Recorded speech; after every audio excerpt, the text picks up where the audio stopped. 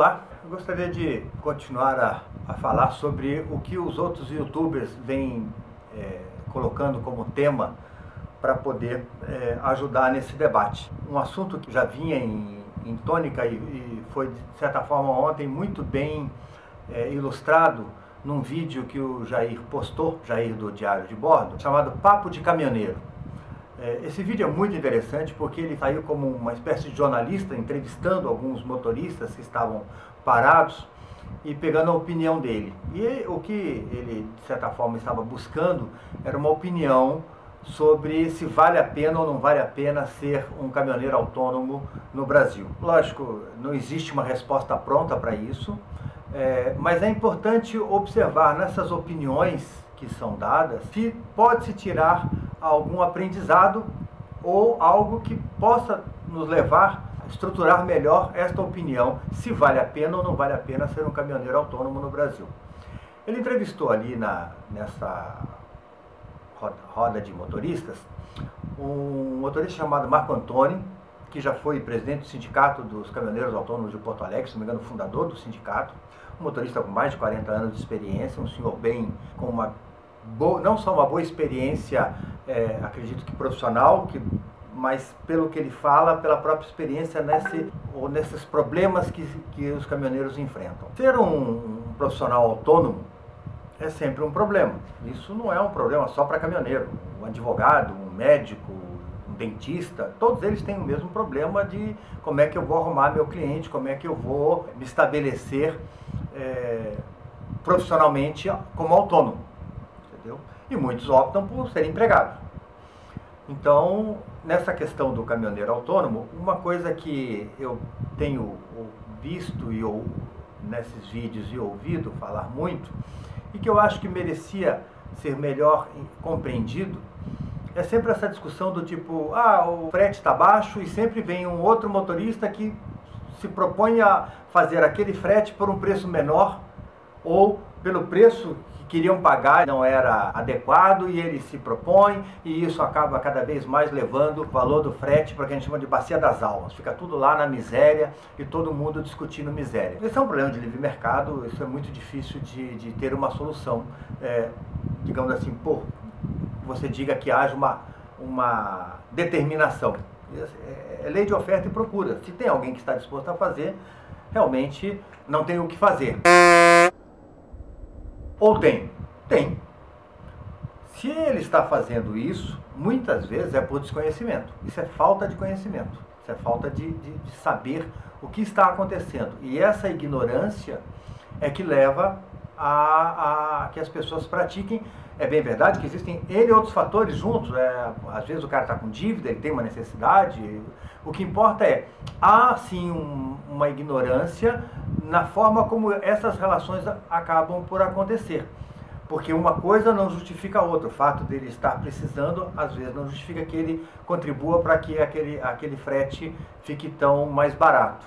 Mas como resolver isso? Aí vem porque se o motorista parasse, ficasse em casa, parava o transporte, porque a greve isso, a greve aquilo. Acho que isso não vai resolver, já não resolveu e não acho que vai resolver. Então não é um problema que se resolve com uma determinação. Porque essa determinação, no máximo que vai conseguir é resolver, aparar algumas arestas, mas ele não vai nivelar todo mundo. Porque se nivelar todo mundo, é você querer também botar tudo por baixo. Significa que aquele que está ganhando mais vai ter que ganhar menos também. Para aquele que está ganhando, ou seja, esse nivelamento não é algo que, se cai a ficha, as pessoas vão querer e vão gostar. Então, a melhor forma que tem de se tratar com isso é saber fazer o próprio jogo. Ou seja, se esse é o jogo, vamos saber jogar esse jogo. E saber jogar significa adquirir conhecimento, conhecer o que são essas coisas que estão por trás da confecção do preço do frete, de como as coisas acontecem. E aí volto ao Marco Antônio, que como sindicalista deu suas opiniões, e o sindicato, enquanto uma organização, ele tem por obrigação que defender a categoria. O sindicato, então, existe para defender a categoria dos problemas, sejam os mais diversos problemas, a intenção dele é defender. O sindicato não é e não pode ser para resolver problemas pessoais, ajudar o Antônio, ajudar o Manuel. Ele resolve o problema do coletivo, o do todo mundo. Então, por isso que algumas pessoas às vezes se apoiam em sindicato e não acabam se frustrando, acabam depois fazendo críticas que, particularmente, eu acho que algumas delas são indevidas. Por quê? Porque a função do sindicato não é fazer você conseguir um frete assim, um frete assado. É defender a categoria como um todo de coisas que são realmente graves. Então, ninguém está pagando o vale pedágio. É função do sindicato ir lá brigar. Por quê? Porque isso está na lei e o sindicato é quem representa esse coletivo, vai lá, briga e vai fazer essa defesa. Mas você quer buscar um frete melhor, você quer inteirar melhor, ele cita, e muito interessante, porque isso é algo que eu acompanhei e acompanho ao longo dos anos, esse movimento, que são das associações. E que vão desde associações de caminhoneiros a associações de empresas. Tá? O G10, hoje uma grande empresa, é uma associação, entendeu? Que começou ali com 10 empresas que se juntaram, elas não eram tão grandes, lógico, não eram autônomos de 2 ou 3 caminhões, tinham lá cada um 10, 15 caminhões, mas se juntaram, formaram isso já uma grande empresa e com isso cresceram mais ainda. Coopercarga é algo da mesmo jeito, é uma associação, em forma de cooperativismo, numa cooperativa, mas é uma associação. Coopercarga também, se for levar ao pé da letra, enquanto cooperativa, ela já deixou de ser cooperativa há muito tempo. Ela está mais para uma empresa do que para uma cooperativa. Mas as suas origens estavam corretas. Juntou-se um coletivo, uma quantidade de pessoas em nome de uma associação, ou dentro de uma cooperativa, e foram para o mercado, se apresentar ao mercado de uma outra forma. E aí você, como ele cita, e realmente o Paraná tem tido muitas empresas dessas, naquela região do norte do Paraná, na região de Ponta Grossa, tem tido muitas associações de caminhoneiros, e essa sim é uma forma mais interessante de se organizar e ganhar musculatura para você atuar no mercado. E através de uma associação, talvez de uma forma assim bem mais simples, menos burocrática, menos complicada nas questões jurídicas e que pode trazer grandes ganhos para eles. Se você for imaginar, o autônomo ele tem que, se ele não está fidelizado a nenhuma empresa, ele tem que correr atrás do frete, procurar na internet, ver onde é que ele tem, vai lá, negocia, ele que depois tem que correr atrás de receber, de pagar, de fazer essas coisas todas. Se você juntar 10 pessoas, 10 motoristas, e se cada motorista, hipoteticamente, contribuir com R$200, são R$2.000, R$2.000 você paga para que tenha um rapaz trabalhando para ficar ele ligando, perguntando se tem frete, acompanhando se pagou, acompanhando se não pagou. Ou seja, essa união lhe permite que você comece a ter esse tipo de ganho. E aí você não é mais você sozinho. Por quê? Porque já tem um grupo que pode se apresentar e quanto mais se aprender sobre isso e se começar a estruturar, ter normas, ter regras, que foi o que a Coopercarga fez, ter uma identidade visual, tem lá uma logomarca que hoje é conhecida no Brasil inteiro, tem regras, quer dizer, conforme você esse grupo, essa associação, esses 5, 10, 15, 20 se unem, eles se apresentam para um determinado mercado, regional, local ou até nacional, mas este é o caminho que você continua sendo autônomo, continua sendo dono do seu caminhão, como é do desejo de muitos, quando não de todos, de ser dono do seu caminhão, da sua casa, né, onde você dorme ali, onde você trabalha, onde você tem sua liberdade, que é o que estava o Jair lá falando, ou seja, ele quer ter a liberdade de poder gravar, de poder filmar, de poder, ou seja, não quer ficar amarrado a algumas coisas. Então, todos desejam ter esse caminhão próprio. Numa associação você continua tendo o seu caminhão e junto com outros que pensam iguais. Por quê? É livre, você escolhe com quem quer se associar e se não gostou, sai também. Ou seja, este é um modelo bastante interessante e que também ocorre com algumas empresas de transportes que trabalham com motoristas fidelizados. Não é uma nem duas empresas, são várias empresas no Brasil. A Júlio Simões é algo grande, mas que tem um pouco dessa linha também, mas eu estou usando só como referência, que trabalham muito com o caminhoneiro autônomo. E para a empresa de transporte, dependendo do porte dela, dependendo da área onde ela atua, digamos, a Transvale, na área de grãos, é bom para ela trabalhar com autônomo. Aí você vai falar, lógico, é bom porque ele paga o frete vagabundo, né? Ele fica com o bom do negócio e paga o frete vagabundo. De certa forma, sim. Mas não são todas que são assim. Não são todas. Tá? Porque quando a empresa começa a entender que ela realmente é uma empresa de transporte, que ela se posiciona no mercado, que ela adquire um nome no mercado, ela precisa que o seu serviço seja bem executado. Ele só será bem executado se ele tiver bons caminhoneiros trabalhando com ele. Tá? Um exemplo que eu gostaria de deixar, que parece não ter nada a ver com a história, mas que ele é bem emblemático sobre como essa questão do transporte pode interferir na atividade, é o caso do Martins. Martins, aquele atacadista lá de Uberlândia. Atacadista. O cara vende... mas ele não seria o Martins, do tamanho que foi, se não fosse os caminhoneiros, que eram, de certa forma, os representantes, os vendedores, mas eram caminhoneiros, tinham que dirigir seu caminhão. E conforme eles foram, o Martins Solaraí rápido identificou isso já há muitos anos atrás, o que ele fez? Ele começou a atender bem ao caminhoneiro, ou a esse vendedor dele, que ficava viajando pelas regiões do Brasil com o caminhão, levando aquela mercadoria. Ou seja, Martins era uma grande empresa de logística.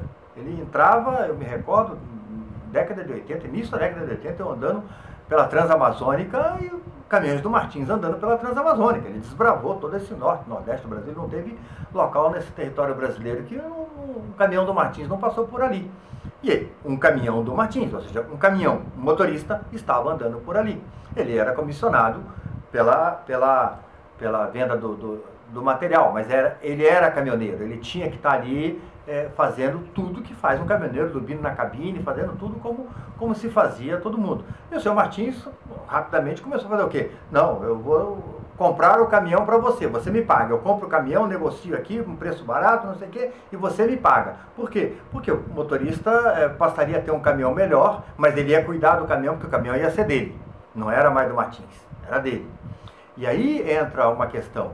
Hoje, e aí nesses vídeos mesmo, esse próprio Marco Antônio comenta de um motorista que saiu para dirigir embriagado. Kiko Bonesi vive citando problemas também, alertando sobre o problema de motoristas com uso de drogas, anfetaminas e outras coisas mais, álcool, e outros, né, youtubers vivem falando sobre esse problema. Isso é um problema que a gente sabe que está aí nas estradas. E se você imaginar que uma transportadora tem 10, 20, 50, 60 caminhões, para e pensa, se é verdade o que o Marco Antônio fala, que 60%, que eu acho um absurdo, mas 60% dos motoristas que estão no Brasil estão trabalhando drogado ou alcoolizado, ou seja, estão sob efeito de algum tipo de droga, eu acho isso um número absurdo, não consigo digerir facilmente um número desse tamanho. Mas se isso é verdade, significa que uma empresa que tem aí hoje 100 caminhões, 60 motoristas deles estão bêbados ou drogados, que vão ocasionar algum tipo de acidente ou vão usar de forma inadequada aquele caminhão dele, ou vão estragar aquele caminhão dele. Ou seja, o lucro dele também não é tão grande. Porque um caminhão batido, um acidente, indenização, e se comprovado que o motorista estava sob efeito de droga, ele não tem direito a seguro, não tem direito a nada. Ou seja, 10, 15 acidentes desse é fácil de acontecer e levar uma empresa dessa a quebrar. Por culpa do quê? Desses motoristas que estão assim. Então, de certa forma, para as empresas também trabalharem com o autônomo, ela transfere essa responsabilidade para o autônomo. E aí, esses autônomos, é mais fácil você, numa associação, você falar, olha, aqui, para entrar, para trabalhar, para fazer parte do nosso grupo, não pode usar droga. E aí você consegue chegar e falar, você está usando e sai fora. Por quê? Porque você não é agora empregado da empresa e é o patrão que vai arriscar e eu não vou te dedurar. Você agora é meu colega e você bota em risco o meu negócio. Nós somos, digamos assim, participamos do sucesso do negócio junto. Então, essa questão do autônomo, se vale a pena ser autônomo ou não vale a pena ser autônomo, vão precisar de muitos vídeos para que a gente chegue a uma conclusão. Mas uma coisa é certa, ouvindo a opinião de quem está na estrada, facilmente começam a aparecer soluções, porque elas estão aí.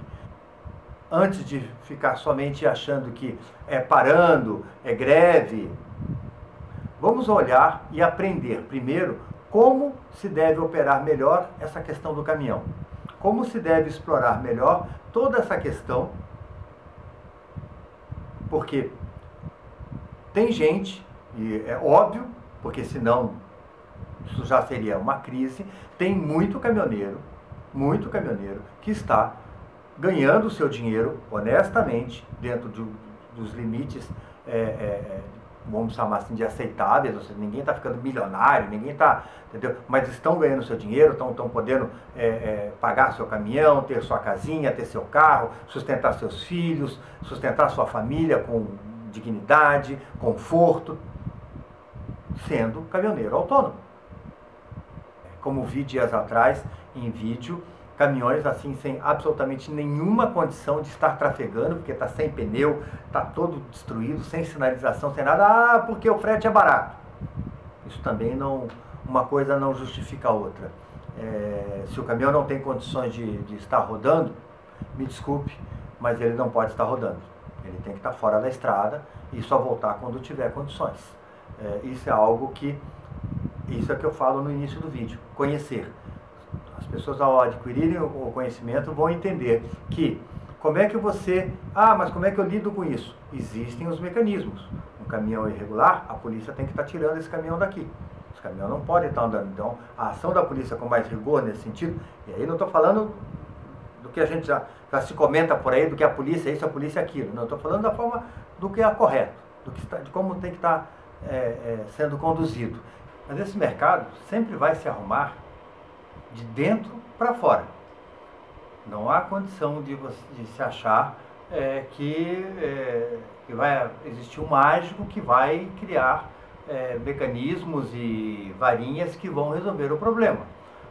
A solução para o problema está com os próprios caminhoneiros.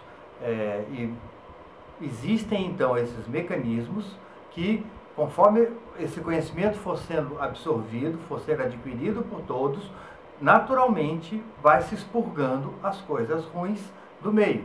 Essa tolerância que existe e mais a conivência das empresas para com esses malfeitos continuam a atrapalhar o transporte. Mas o conhecimento por parte dos caminhoneiros, dos mecanismos que podem ser adotados para se proteger, para se juntar em coisas melhores, é que vai fazer com que isso melhore, com que isso caminhe para uma situação melhor. Obrigado a todos, até o próximo.